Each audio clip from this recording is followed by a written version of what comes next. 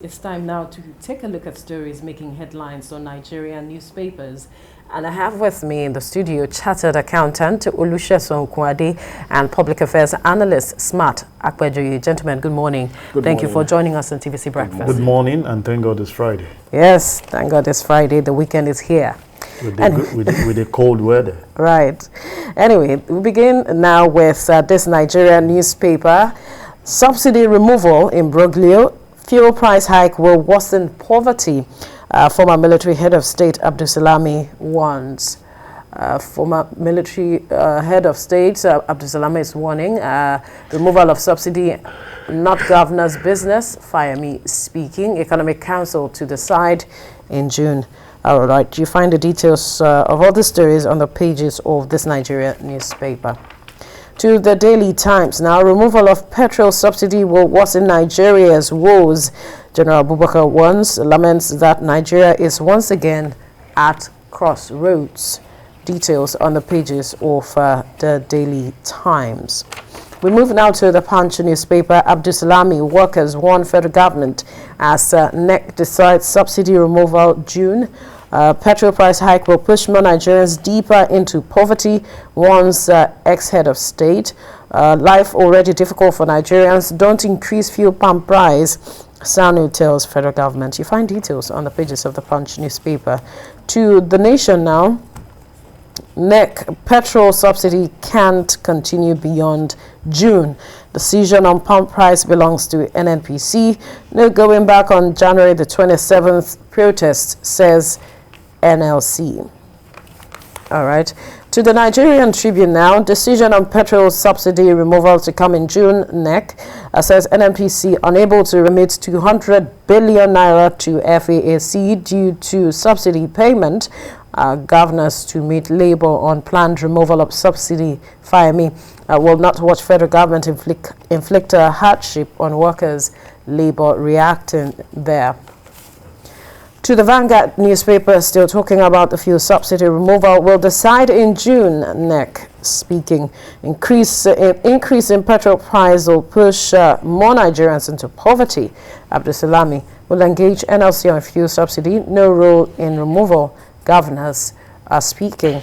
Remove subsidy, subsidize education, health.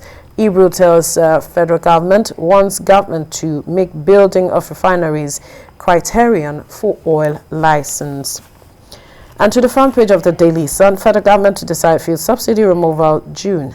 Petrol price hike will force more Nigerians into poverty. Abdulsalami reacting. And still talking about the fuel subsidy removal, governors move to avert planned protest over fuel price hike.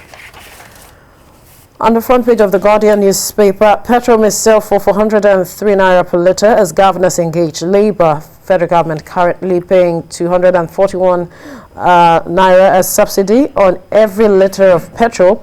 Expect a decision on subsidy removal in June. NEC tells Nigerians. Fire me. Governors not responsible for removal. PIA, that's the Petroleum Industry Act, should run its course. NLC insists on February 1 national protest mobilizes Labour across the country. To the First News newspaper, DSS allegedly denies British envoy access to Kanu.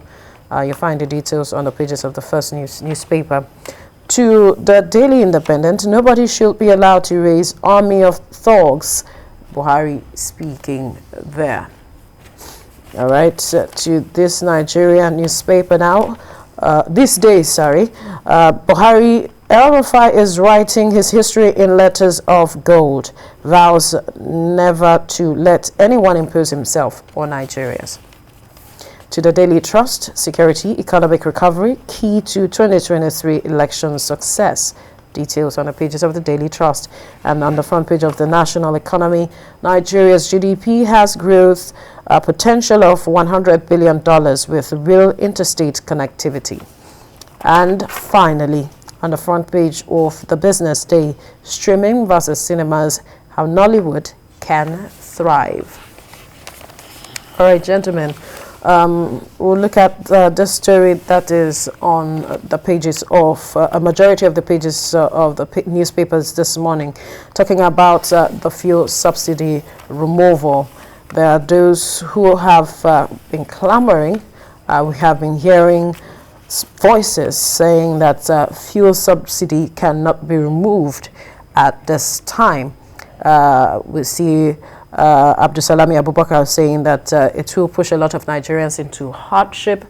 Then we saw just on Tuesday the President of the Senate coming out to say that the President did not order that the fuel subsidy be removed. And we are just getting, reactions here and there, statements here and there, and it seems we're at a crossroad. Let's get your reaction to the recent developments. Thank you very much, Vera.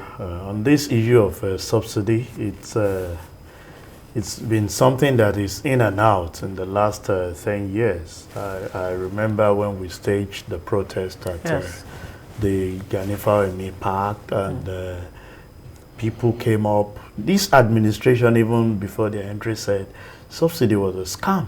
There was nothing like subsidy. Who are they paying the subsidy to? But when they took over the mantle of leadership, we still heard about the issue of subsidy. And here we are saying that we are going to remove the subsidy. The NEC, the National Economic Council, will take decision in June. Well, everybody is just giving the perspective of the problem it's going to create. What is the solution that we are actually giving to the government? And we have said it. There is nothing more than you providing refinery for us. It is high time we talk to ourselves the way people have made this noise. How can you have raw materials and the problem of processing it is the issue? So you now offer the raw materials to someone to do for you and give you the finished product. Whichever way it is, you just have to take it. And that's why we've said the problem we have in the country has always been there are people, there are policy, we lack the process, we have the technology. And when you lack the process, there is no how you can move. So this issue of we saying we want to remove, we don't want to remove. For someone like me, I'm an advocate of this subsidy that has shaded itself like a monster. Let's remove it. But if you must remove, we want one of the promises of this administration telling us that they're going to provide refinery to process this product. You cannot remove subsidy and start giving that cost based on importation. It doesn't work. We cannot grow that way. If we must do the right thing, let's the subsidy, the monster cost subsidy, let's even take it out of the way. But the government must do what is needful. And I know why this game plan is going on. Is we all know by June, hopefully, the man that is working on the refinery, the Dangote refinery, by promise should be ready. And at that point in time, it will federal government themselves have invested certain amount in that project. Yes. So it's like, okay, by then, now you have a refinery functioning. But what happened to even the moribund that we've had billions of dollars being spent upon year in, year out, working on them. So for me, personal, I want the subsidy removed. But the condition is that we must make the refinery, we must process that particular, and we have between now and June. Let them come out. What are their plans if they are removing the subsidy? Not just throwing it into the they've told you what it is already. The finance minister mentioned that they will give 5,000 naira to vulnerable. We have some of us too have opposed that. We don't want that. There was a forum where we even suggested that this subsidy that you are given right from the point of entry, we don't want importation of that product. Let's refine locally. But if you still want to stick with the importation, stop paying at the point of bringing that refined product. Let's have it at the point of disposal. So that people that most of the time we pay subsidy and we take those products to our neighboring nation. And we that you are taking the subsidy affecting our performance, we are not enjoying it. So let the product come at its cost. When you are taking it to the filling, that's why we have gone back to that other aspect to say, can we have database? we are having NIN, we are having BVN, we are having all the consolidators that we know everybody. If the subsidy will not go around, the high-end people can go ahead and make sure that they are not benefiting on it. According to the reports coming out of NEC, about 2/3 of the states are the ones consuming, benefiting from the subsidy, and out of that 2/3, less than 1/3 of them are those who who have vehicles that are consuming the subsidy. So the debate on whether it should continue, because it doesn't seem like the generality of Nigerians are the ones benefiting from it. That is what they are saying. Even you can see from the reports, there seems to be division between them. The governor is saying we are not part of it. The federal government is saying we are. So a house that stand divided against itself cannot hold. But for us, for me personal, this monster called subsidy that people have said it does not exist, is a scam, is all. Let's first remove it. Face reality.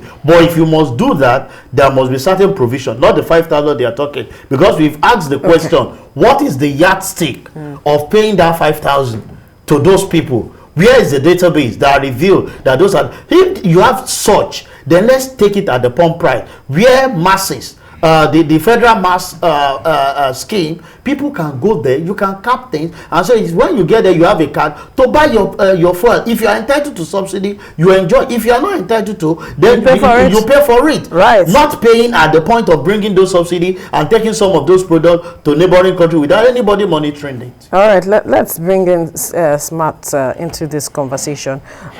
We know the Petroleum Industry Act is already supposed to be functional, and their governors are calling, let it run its course, because now that the NNPC is now a limited liability company, it's now the government has no business with it.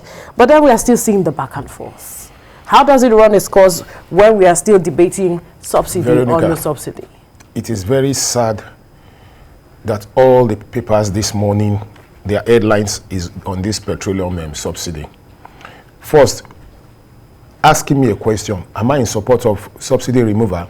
Categorically, I would say yes. Right. Number one. Number two, removal, are we supposed to be paying subsidy on fuel, considering the fact that we're a major crude supplier in the world? No. Are we supposed to be importing fuel? No. You see, we've talked about this monster of corruption that have refused to leave us. We've talked about this ineptitude in our government, in choosing our leaders. We've talked about at high level of the fact that we have never really had effective leadership in this country. Because in the first place, and this government is not exempted, this government cannot tell me that for 7 years, not one refinery. They promised to build one, not even one refinery is even working. And again, if you are doing a business and you find that over a long time you keep investing in the business is not thriving, what are you supposed to do? Are you not supposed to sell off that company to somebody else that could manage it? This brings me to the fact that is this government supposed to have invested again on refurbishing or whatever the refinery like they are doing in Port Harcourt and whatever, where they are spending big turnaround maintenance? Are we supposed to be doing that to those refinery? That has added again to our debt. Now, in the first place, this government has no business in business. The very first thing this government would have done is to give the Bureau for Public Enterprise the marching order. All these refineries must be privatized, and if you are privatizing it, come up with the criteria, and let the criteria be transparent. Let the selection process be transparent and sell off. If we are producing fuel today in this country, we'll not be talking about subsidy. Absolutely. Number one. Again, at what point again, when you say you are paying this subsidy, where do you get this money from? Because there was no provision for subsidy in 2021 budget. There was no provision for subsidy, but yet we paid subsidy. Now in 2022, there is no provision for which subsidy. One are they saying will run its course until the end of June? If they're not saying now if there was no provision made. There was no provision, at least. Of course, the budget is. But National Executive Council is saying the provisions made will run out in June. Well, You see, there is a provision. I'm not sure there is. I'm not sure there is a provision for this thing. Yeah. Anyway, we are not supposed to. You see, we are not supposed to be paying subsidy if our refineries are working. Number one. Number two, again, increasing fuel prices, is it really supposed to have a ripple effect on the people? No. I will tell you, if we have an effective transport system, now I drove from Okunade to this place. If we have an effective transport system, I'm not supposed to drive to this place. I've just up into a train, and in the next 30 minutes I'm here. Just have my bus card. Am I supposed to be going? Are we supposed to be driving everywhere around the road? Again, now that is just even on one aspect. The subsidy again will have an untold effect on artisans, the barbers. Most of these people that all these what is it called, dressmakers, whatever, most of them run on generator. They are going to buy fuel to run their generator, and of course, the moment there is an increase, the shop owner will increase. Everything is the issues that NLC should be looking into. Everything will increase. So what is the next? Now, what is the next? Now, the government did something sometime. There is this labor transport buses. They said, okay, labor transport buses, you will get your fuel directly from this place, and nobody is increasing it. But however, let these buses go round. These buses operated. Can we ask the Nigerian Labour Congress what happened to their buses? They have over 100 buses at their terminal, somewhere between Ebute Metta and Oyingbo, somewhere between Yaba and Ebute Metta, that's Oyingbo. The over 100 buses that they had there is supposed to have multiplied.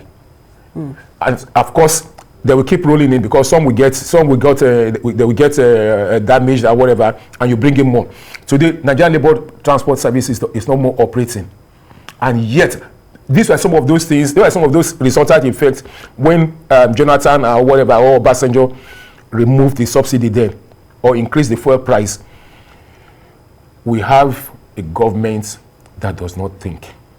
We have a government, we have a government that is not sensitive to the plight of the people. Right. Because if they are, you see, all this that you are saying, you are supposed to have put in some measures in place that even removing the subsidy at all would not have any effect. And one of those things, like I keep saying, is the fact that our refineries are not working. Today, the whole country is depending, we are waiting on one man to get his refinery working so that maybe, perhaps, and again, you see, it will not bring down the prices because it's an export processing zone.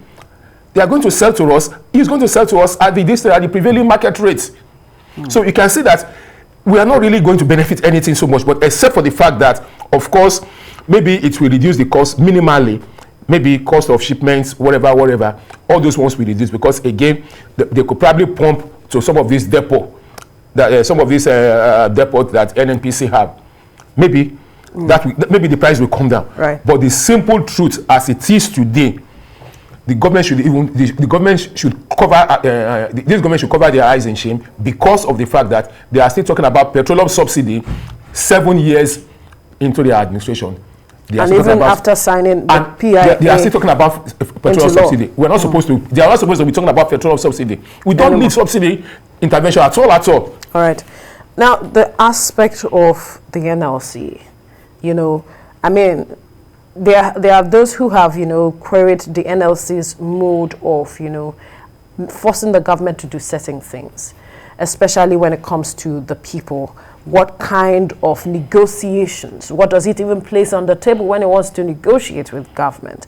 Now they are talking about having the mother of all protests come the 27th of this month. But governors are saying they will be meeting with the NLC to have some conversations with regards to them so as to see if they can prevent this protest from happening. What do you hope to see, or what would you want the NLC to put before the government with regards to this? There are those who are talking about, let's look at subsidizing education, subsidizing health and all of it. But what kind of conversations would you want the NLC to have with government as it is now? Yeah, well, for NLC, good for them that they are planning another strike, but people like us never believe in such because I've regarded them as they have the power, but the way they go about it is not favorable. let them know that if they plan this strike, they are going to impoverish even the people they claim they are leading more into poverty, because 1 or 2 days that they are going to stay off and ask people to stay at home. Remember, an average Nigerian lives on daily living. And what message are you passing to them? At a time they have agreed themselves that this subsidy should be removed, but based on certain conditions. And I don't want to go to the aspect that Smart spoke about, when government gave them their opportunity. I was in this Lagos when we had the labor mass transit. Where are they? That was when we had this 1414 and the Tatars there, plowing from Lagos from Ikorodu to Oshodi to Oyigbo. CMS. I expect that by now, with the opportunity given to them, they should have turned that over. They themselves, are they managing some of the resources? And let's take this too. They are part of the government, because individuals of them work and they are part of the policy formulators. They work for government in civil service. How much of these things are they doing? Not that you formulate the policy and you come back out again and say, no, we are against what you are doing because you are part of the union. As far as I'm concerned, subsidy should be removed. Look at other areas where we don't have housing. We don't have good transportation system, good no infrastructure in place, health facility zero. Let's talk in those areas. If they must remove, because as far as I'm concerned, nobody is benefiting from it. Them going on strike, I'm not an advocate that they should go on strike. The issue is on protest. Engage the government, sit them down, make suggestion. Not this 5,000 we are talking about. If we have been on this government every time for the past 7 years on the issue of them building a refinery from us, we would have seen a drastic change. But what we hear most of the time is that we'll go on strike, we'll go on protest, 1, 2, 3 days, distort the flow of people that are making their daily living. 7 years down the drain, we've not gotten any value. Protest, strike. You will see some of these protests now being hijacked. Innocent people will die. Innocent economic activities will be grounded. Let them, they know. I know that some of them are part of the policy formulators. Let them go around, see how they can engage the government. They've been part of this administration in the last 7 years. Not at this point. They should have been so much force to drive them to do other things. Our health sector, let's look for a way and make sure that people that are traveling out there, even some of this NLC, do they have their health facility here in the country, or they follow the leaders to do some of the things that they are doing? Big question. We need to quickly go on a break. We'll still come back to have this conversation, but we need to take this commercial break. When we return, the conversation continues. Stay with us. Thank you for staying with us. We're still looking through the newspaper headlines, and the focus has been on the trending issue with regards to the fuel subsidy removal. Before we went on the break, you wanted to react to what he was talking about. I was going to just allude to some of his this thing. As far as I'm concerned, I am not in support of any protest by NLC. Because NLC, they have never been there for Nigerians. They've never even been there for work. Of course, for what, even Nigerian workers, have they been there? They've been there. They've never been. That is why they go on protest. They only come up at 10 times. They want to talk about salary increase. Now they are saying because they want to remove subsidy, they are coming up. Where have they been engaging the government? The only way you can be there for Nigerians is where you engage the government effectively. Say, okay, this government, you have come. I was here. I was on this studio when the government came in 7 years ago, and I said it categorically that the only way NLC will help Nigerians is that engage this government quarterly, constructively, not waiting for when they will increase salary. It is then you want to protest. Come, say, look, if you have come, these are some of the problems bedeviling us. We don't have a refinery working. Are we going to sell this refinery? If we want to refurbish this refinery, what in the first place, you ask yourself, why did this government wait till this 9 minutes before they start refurbishing the refineries? Why did they wait till last year before they start giving out contracts? When they have just less than 2 years to go, they are not giving contracts to refurbish to turn around a refinery that cannot be turned around. They should have done this from day one. If they were going to, if they have agenda to turn around this refinery, those refineries should have been turned around from. They should have started that day one. Maybe 2 years in his first administration would have seen results. Now we cannot see. So there is nothing, again, you can talk about this thing. If they have sold it, I tell you, if any investor has put in money into that refinery, within 1 year, they would have turned it around. So again, we are talking about again that the NLC, why I will never support NLC, and why I will never support NLC is because they have failed in their responsibility. Now, if you're talking about that, how well have we felt in the health sector? How well have we felt security-wise? So invariably what you are saying is this protest will achieve nothing. It will achieve nothing. It has never achieved anything. It has never achieved anything. It has never achieved anything. And the NLC has failed Nigerians. Rather, they have failed Nigerian workers. You don't engage the government in anything at any point. Constructive engagement. Look, tell them, look, continually put the government on the stool. On their toes. NLC is supposed to be like the what's it called to the government, like an opposition to the government. You understand? Checking the government intermittently. Where they are doing well, support them. If they're not doing well, support them. Not waiting until at the state level, let the LSC engage their governors. Let's wait and see what the engagement would be with governors. The result it will come up with. There's not the result they will come up with. Let's keep hope alive. We have the hope alive. Let's just calm down and keep hope alive. No protest as we speak. Let them do a constructive engagement with the government and let's see what happens. Timeline to it. Chartered accountant Olusegun Okunade and public affairs analyst Apejoye, thank you for your time on the program. Thank you for having me this morning. Right. We take a break. We'll bring you some updates after now. Do stay with us.